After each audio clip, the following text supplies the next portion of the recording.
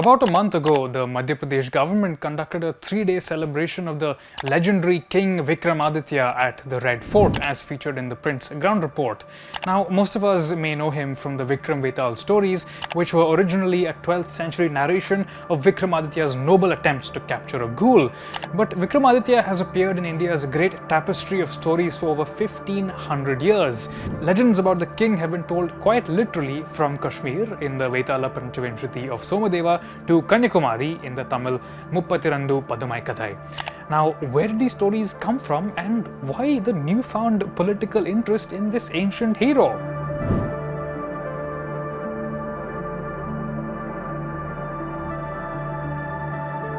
Historians generally agree that the name Vikramaditya could only have come from one man, the Gangetic Emperor Chandra Gupta II Vikramaditya.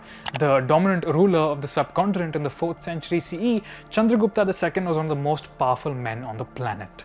A profusion of gold coins bearing his images and titles have been found across northern India, suggesting he ruled over a vast realm with a prosperous treasury. As for Chandragupta's actual life, the picture is a bit less clear. Now, numismatist Sanjeev Kumar assembled the most concrete evidence available, coins, in Treasures of the Gupta Empire. Kumar demonstrates by analyzing the fine spots of treasure hoards that Chandragupta's father Samudragupta extended Gupta power from present-day eastern Bihar to eastern Madhya Pradesh. But Chandragupta wasn't his intended successor. The prestigious territory around Ujjain, the most culturally sophisticated city in North India at the time, was ruled by the heir apparent Ramagupta. After their father's death, Ramagupta quickly seized the imperial core territories and issued his own coins, but these disappeared from the historical record within a year or two and were replaced by Chandragupta's coinage. Now, some clues as to what actually happened come from the Devi Chandraguptam, a Sanskrit drama composed about 200 years after the time of Chandragupta II. Though it survives only in fragments today, the play describes Ramagupta's defeat by a Shaka or Indo-Scythian king, Rudrasimha III, the ruler of present-day Gujarat. In the play, the Shaka king demands that Ramagupta hand over his wife Dhruva Devi in return for peace.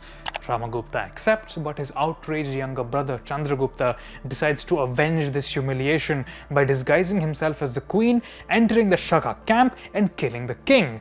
Returning in triumph, he then kills Ramagupta, takes the throne and marries Dhruva Devi, his former sister-in-law. Now, in reality, Chandragupta II did have a queen called Dhruva Devi, and he did indeed defeat and conquer the Shakas, but he did so at the end of his reign, not the beginning. His brother Ramagupta doesn't seem to have been defeated by the Shakas either. He issued bronze coins commemorating a horse sacrifice, which would suggest the opposite.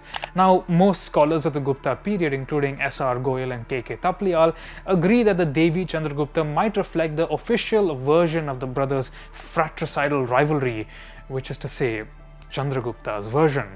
Now, this doesn't take away from Chandragupta's success as a ruler. His conquest of the Shakas extended Gupta power from India's west coast to the east, allowing for flourishing international trade. And for nearly a century after his death, his descendants dominated northern India. Gupta emperors battled the Alchon Huns and lavished patronage on religious institutions. Many bore titles ending with Aditya, which may have inadvertently blurred them together in the popular imagination. In this time of literary and cultural ferment, various elements of Gupta history began to crystallize into a new legendary figure, Vikramaditya.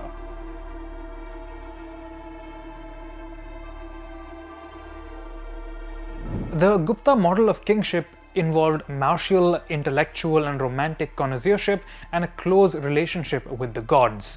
The legendary Vikramaditya, who represented all these values, could be picked up easily by composers and storytellers and adapted to new popular contexts. At the same time, the courtly ideas of the Guptas could be picked up by royals across the Indian subcontinent and beyond. Now, both these streams fed each other over the next 500 years. Historian D.C. Sarkar, in his magisterial Ancient Malwa and the Vikramaditya tradition, notes that the heroic king Vikramaditya first appeared in Buddhist legends from the late 6th century CE, when the Gupta dynasty was on its way out. In Buddhist texts such as the Vasavadatta of Subandhu, Vikramaditya is shown handing out lakhs of gold coins to teachers. After the collapse of the Guptas, various other kingdoms picked up their ideas and titles, enriching the evolution of Vikramaditya. Harshavardhana, king of Kannauj in the 7th century, spent his early career fighting the Alchon Huns and used the title Shiladitya. Simultaneously, as noted earlier in Thinking Medieval, various Shaivite sects were developing tantric rituals to guarantee a king's victory. Not coincidentally, a new wave of Vikramaditya legends developed by the 9th and 10th centuries, depicting him participating in tantric rituals and conquering foreign enemies. As state builders, kings were also expected to display their ability to dispense justice, and so Vikramaditya came to be involved in tricky, amusing challenges posed by ghouls. This figure, well preserved in compendia such as the Katha Sarita Sagara of Somadeva, is much closer to the legendary Vikramaditya we know and love. Interestingly, Vikramaditya wasn't always seen as a perfect hero, but as a man with flaws.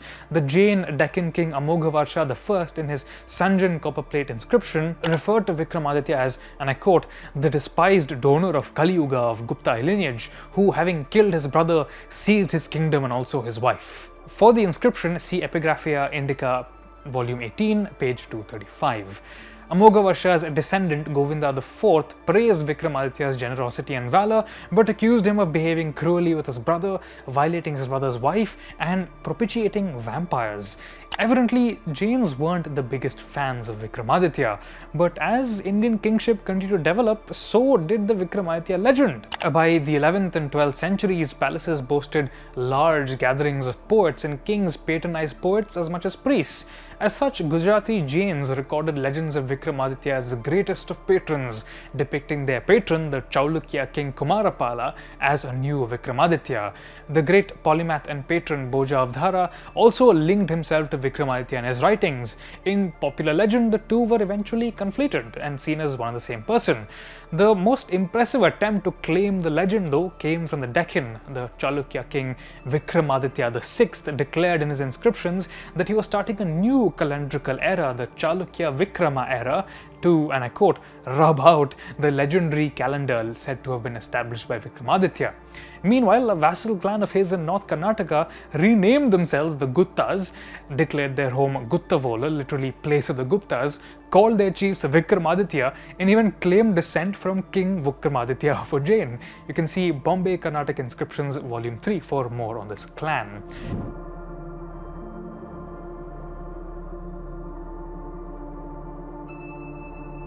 In many ways, the figure of Vikramaditya shows us how the Sanskritic idea of kingship developed over the centuries, and he continued to have an appeal well after Muslim polities were established in the subcontinent.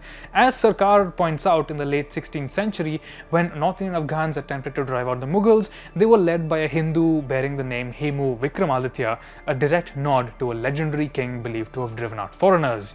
Immediately after, when the Mughal Emperor Akbar reformed his court, he may have selected his 9 gems to absorb Vikramaditya's traditions. In the centuries after, though, the king lost his political relevance but flourished in popular imagination. If a royal deed needed doing, if curses needed to be undone or riddles answered, Vikramaditya was your man.